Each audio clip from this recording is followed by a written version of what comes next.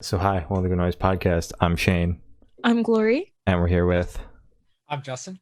And Seth from Merci. and we're gonna ask them some questions today. I'm gonna start. So, what inspired you guys to start the band, and what does the band name mean? Well, we sort of were just doing music in a bunch of different projects because we all love music and it's just what we're naturally drawn to. And then eventually, out of a bunch of different bands sort of coalescing over the years, Merci was started. And I feel like the band name is sort of just a general representation of the kind of attitude that we hold towards the people who even care about what we're doing, like you guys, which is just that of just general gratitude. Mm-hmm. Okay, I like that. It's very wholesome. All right. It's very wholesome, yes. Yeah.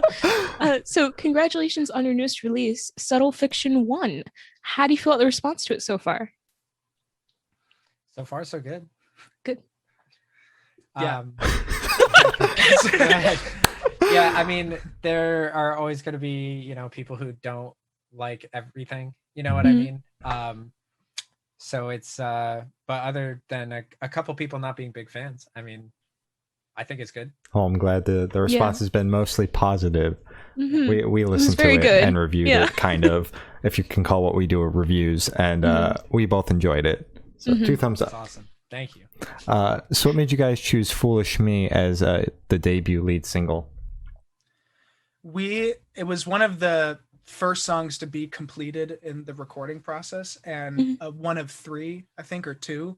And we sort of just showed them both the label and we said, what do you guys like? And so we're very fortunate to have a team of people who just have a good ear for, what they feel would be a strong lead song. And so that's where a lot of the decision was. And we were very happy with it because we thought it was a good representation of the band as a whole, in the sound. And it's a song we've had for a little while too. So before signing and everything like that, we were working on it. So it was nice to see that one come out first. Hell yeah. Definitely. It's amazing. So is there any meaning behind the EP name or cover art?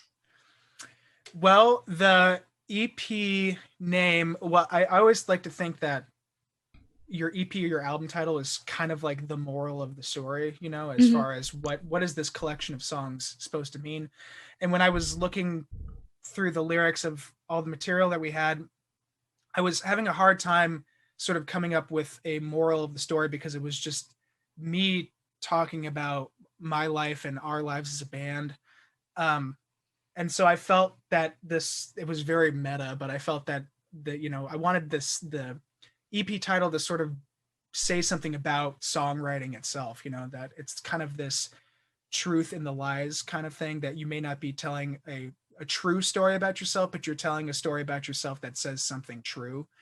And so the idea of subtle fiction is that it's this sort of subtle truth about life and the experiences that we're having, but sort of buried within the kind of fog of metaphor that I use a lot in lyrics and stuff like that.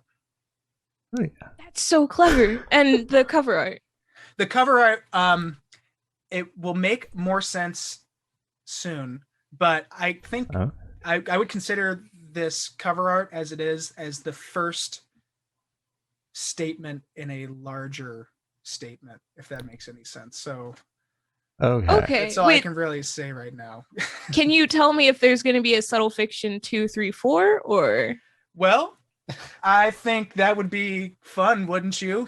I think telling you that would give away too much information. Oh my god.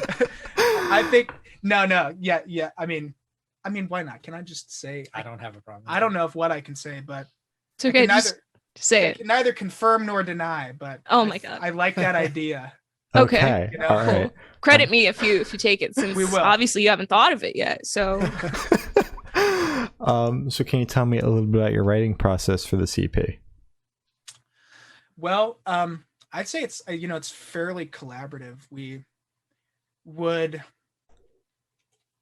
Inspiration can sort of come from anywhere. Either we'll have an idea for the kind of song that we want to write, or we'll take an idea that comes, just from regular inspiration and then let that idea sort of evolve naturally. But I think after a song is sort of demoed out and in the context of like Logic or Pro Tools or whatever, and the sort of structure is there, then it's really comes down to us coming together as a band and refining the instrumental, like Justin and Nick writing their own bass and guitar parts, and Jack refining the drum groove and the drum fills, and then Colby coming in to help elevate the vocal melodies and stuff. And so it's kind of this iterative process that happens without us actually really playing the song as a group. We're just sort of building this house in a digital context, which is I feel like is kind of where music is at generally. Oh, solid. Building a house. All right. Yeah. So what song off this record took the longest to write, and which one is your personal favorite? The one that took the longest to write was The Palm, for sure. Okay. That was one of those songs where we had the idea for a song like it before there was even the song itself. It was sort of like this, we should write a song that's really big and slow and like this noise pop kind of thing. Okay. Yeah. Now we have to write that song. And so it came up together over the course of, I think, the entirety of the recording process. I would just like little pieces, like a verse here and a chorus there, and then trying to get them to work together. And so that was definitely the hardest song to write, and I think it's my favorite as well. But I think my favorites Haunt Me. Yeah. Taste. That's my favorite. So can you tell me a little about your headspace, like where you guys were at while you were writing the EP? Where were you at, Justin? Practice. I need to get better to play on the record. It's fair. All right.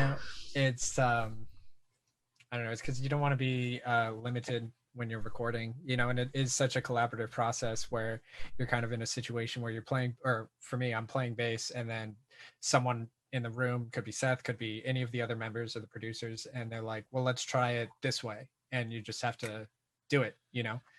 So a lot of my time and headspace was focusing on like trying to be as ready as possible for something that you can't prepare for, I guess. Okay. That's fair.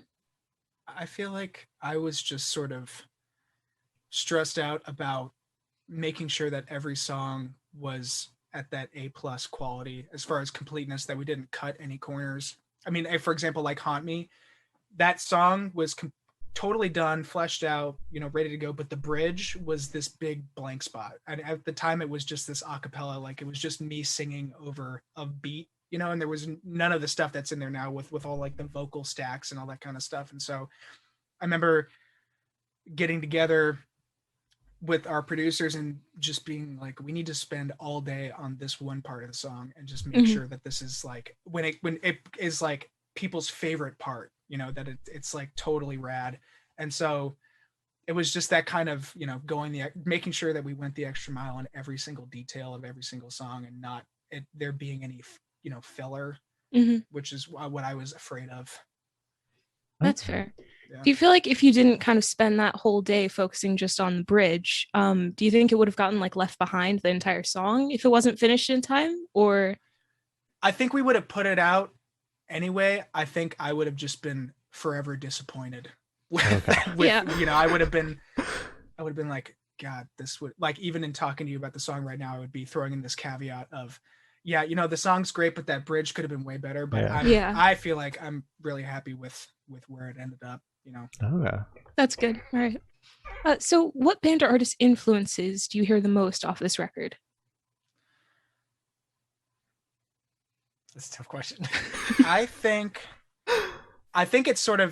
it's representative of just the band in general and where we sort of come from, which is we have one foot in the rock world and one foot in the pop world. And insofar as rock influences are concerned, I grew up totally, completely obsessed with My Chemical Romance. As you should. And I still am. So true. And Fall Out Boy So to a true. lesser degree, but I mean, Infinity on High is an incredible record. But Oh, all that aside, Uh-oh. what is that? Do you not like that one? it's my least favorite record. We almost got us Oh. canceled on Twitter for saying it's I our least did. favorite record. Well, which I- one? What's your favorite? Oh, my favorite. Oh God. Oh, you're gonna hate me. Probably gonna say American something. Beauty, American Psycho. Mm.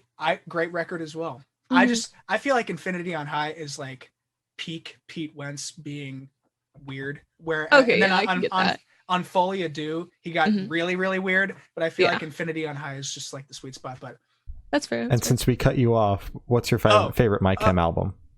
oh, the Black Parade Okay. Okay, that's for fair. sure. For I sure. respect I mean, that. but I mean, I love all of it. Especially, I think my favorite songs are the B-sides on the Black Parade, like "Heaven Help Us" and "Kill All Your Friends." Like those songs are sweet. Anyway, so I like that kind of music, and then, but we also really like sort of more ambient pop. You know, I think more along the lines of Lana and Lord and Sia to a certain degree, and so it's sort of, I feel like a combination of those two worlds. At least that's what I hear. Mm-hmm. Do you agree, Justin? Yeah, definitely. Completely agree. All right. So this question should be super, super quick. Off the top of your head, I want you to describe this EP for new listeners in 3 words. Both of you have to do it. 3 words. Mm-hmm. You say quick off the top of your head, and then Yeah. Here. Yep. How about you do a word, and then I'll do a word, and then you do. No. Both of you have to do it. Yeah. You both 3 have to words come up with each. 3 words. Okay, Yeah. here's mine. Okay. Really good time. Hey, yeah. We'll take it. Sure.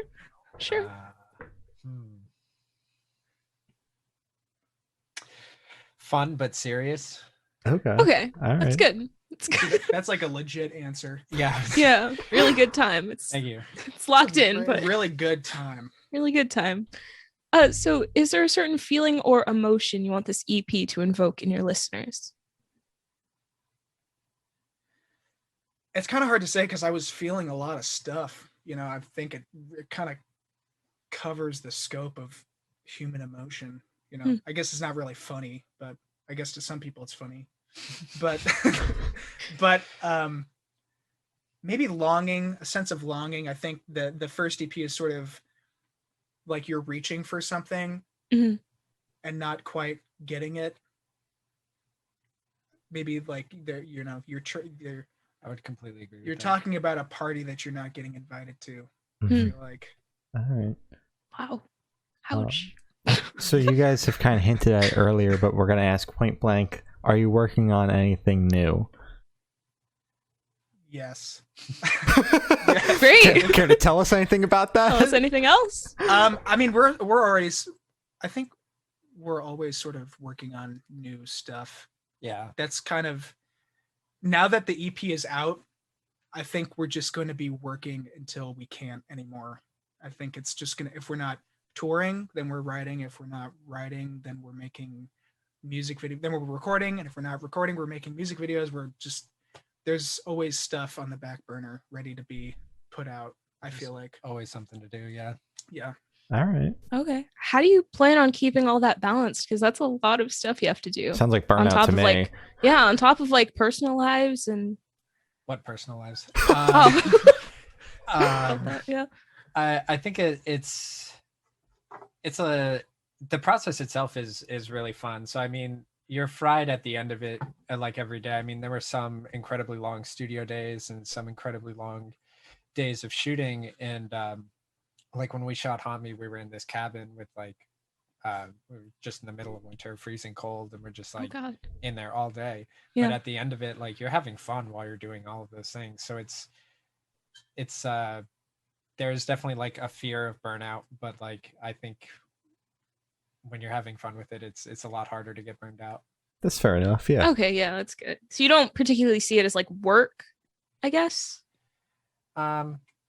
Some things are less fun to me than other things. But yeah, I mean, at the end of the day, this is the dream, right? So it's like, can't be too upset when you have to work.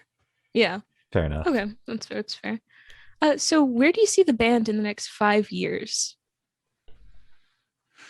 In a van on the side of the road. In copyright. Broken down or? Yeah, broken down. It's happening. In the midst of a copyright litigation, probably. God, What? those are very positive. Probably. Well, let's see. Hopefully touring. That'd be good. Touring or album 3, maybe. If we Okay. make it that far. 2 to 3, Yeah, 2 or 3. hopefully. Touring to pay off that copyright lawsuit. Yeah. Yeah. Or to run from it. Oh, yeah. You just have to get out of the jurisdiction of the of whatever court. Mhm. Yeah. Okay. European Never toy. gotten that before. Okay. So for the last couple questions, we're going to shift away from music and go straight to death row. Boom. So if you're on death row, what would your last meal be with a drink? I don't know. Isn't like one of those like meme answers like Olive Garden breadsticks because it's never ending? We've gotten that so many a lot, times. yeah. Oh, Oh. okay. Yeah. Yeah, Okay. yeah. Well, we'll go with something else then. Thank you.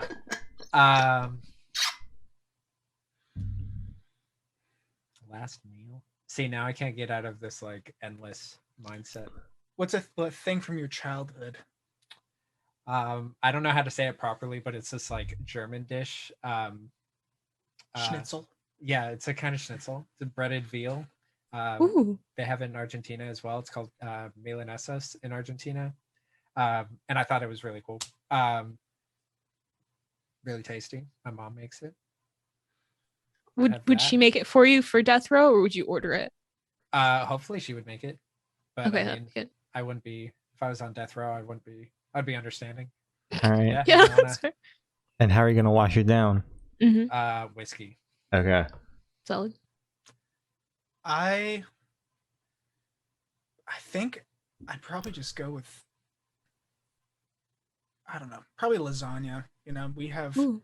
lasagna a lot that my mom makes, which is amazing. And You look very happy about that. no, I mean, thinking about this in the context of like, I'm about to die, you know? Yeah. Like, oh my God. And then maybe, you know, just an old fashioned, a nice, Nice. simple cocktail. All right. Probably be my go-to. Okay. Sounds good. All right. So if you could live in one fictional world for a week, where would you live?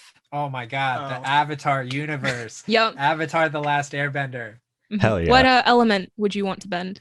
Oh man, you know, it's when I was a kid watching the show, I was all about wanting to be a waterbender. But then Mhm. when you kind of like, I'm way too far into the Avatar verse. I've read all the comics, the novels, and everything. Sorry, I'm gonna embarrass you. No, guys. you no, I'm following you.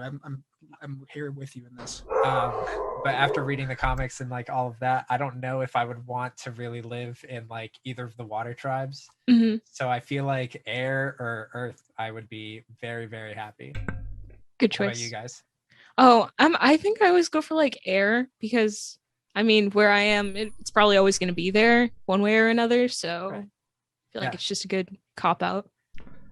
I don't know if it's a cop out too. I read this thing that they were like, some fans were talking about like how airbenders are like the most powerful Oh, out of everything. Like just a single airbending master can create like a whole hurricane and wipe out a whole town.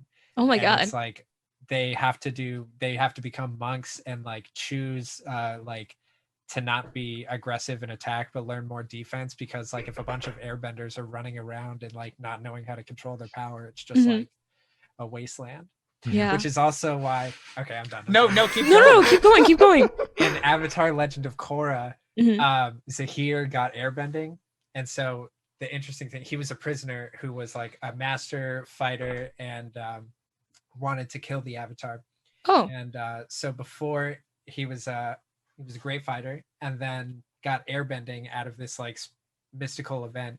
And because he didn't learn like the defensive way of being an airbender, he only knew attack. So that's what made him such like an amazing bad guy or villain. yeah. Because he was like incredibly aggressive, incredibly smart, and then all had like the power of nature. That was is great. so cool. Yeah, I'm way too far into it. No, it's all But I good. didn't realize you were so into this. Oh, so into it. I was into Avatar as a kid, but I never. I mean, that's you really love it. I Mhm. didn't realize you loved it that much. But And in the comics, you learn what happens to Zuko's mom. It's wild. It's wild. see the guy with the like Anakin face scar. Yeah, that's it. Yeah. Well, Justin's got your conversation topics on lock for when the tour bus is a little too quiet. Mhm. Oh yeah. So Justin, go. My girlfriend is so nice. We had to drive down to Alabama, and she was just like, "What do you want to talk about?" And I was like, "Avatar," and she was like, "Okay, go." And she just sat there and listened to me go for like an hour and a half. Oh my god. Wow. What a nice person. That's amazing. Yeah. Mhm. I think I have an equally deep obsession, but with Jurassic Park. I would love say Jurassic so, Park. yeah. That would be my world. That I just want to go to Jurassic Park. I'd love to just the first park, Okay. not this Jurassic World crap, but Okay, good. the first park. You know, All right. I mean, I seriously get emotional watching that movie, and it's incredible. But that would Okay. be mine. What about you, Mhm. Shane? I would go to the Diary of a Wimpy Kid Yeah. universe. The which one? Diary of a Wimpy Kid. What is that? I don't know. It's You don't know it's Diary of a children's Wimpy Kid? books. Oh, Diary of a Wimpy Diary of a Kid. Wimpy Yeah. Kid. Yeah. hmm I'm not hip. I've heard of it. but I've I'm heard not of it. hip. I'm not hip either, but Yeah, It's I just- grew up with that, so It's just the normal world, but just with the characters. Yeah. Like, yeah. pretty much. Mhm. I Uh, think that's a safe. I like that because it's Yeah. you're not in for getting burned or drowned or Oh eaten. god. Or even It's- worse, if you're Yeah. in the Avatar universe and you're not a bender, that's Oof. Yeah. That would kind of suck. Wait, sorry. One more question about that. So in Avatar, is it just a genetic thing, or can anybody learn to be a bender? Or Well, it's so they haven't really like figured that out yet because like each nation has like they learn bending from something else. So like the air nomads learn from the air bisons, the moon water benders learn from the moon, fire benders learn from dragons. oh, and so it's earth- like a mystical thing. it's a mystical thing Okay. that's like passed down genetically, but like Okay. in theory, I guess if you weren't a bender, you could go and like live with some badger moles and like do it until you figure it out. It's not clear. Okay. Did they just not think about it, or is it meant to be like mysterious? Oh, those creators are so on it. I'm sure that we're gonna get more information like Okay, that cool. in the future okay. because it's That's coming good. back and I'm excited. Yeah, that's good. Wait, so they're like rebooting the series, or are they adding new manga? Nickelodeon opened up a whole Avatar Studios. Hmm. So I think we're going to be getting a lot more content, like maybe a game, new series, maybe more books, movies, Ooh. maybe a live action. Have you not seen the live action? The live I- action's horrible. Yeah, I didn't hear good things about that live action. That's horrible. They don't even pronounce the main character's name right. I call it a so. How do you bad, mess that it's up? good. Wait. So bad that it's That's- good. So bad it's good movie. I guess. Uh, So well, okay. I have the honor of asking the last question, and every single person that we have spoken to have said that it is the most important question. What's your favorite color? Oh, teal. Taste. It's a good one. I like green. Green's Solid. I like Mhm. green. Both good colors. good. Mm-hmm. So as I said, that's all the questions we have today. Is there anything that you guys would like to plug? Subtle Fiction 1 out now. And stay tuned. All right. Okay. Great. Well, thank you for sitting down with us, guys. It's been Mercy, and we're the Good Noise Podcast.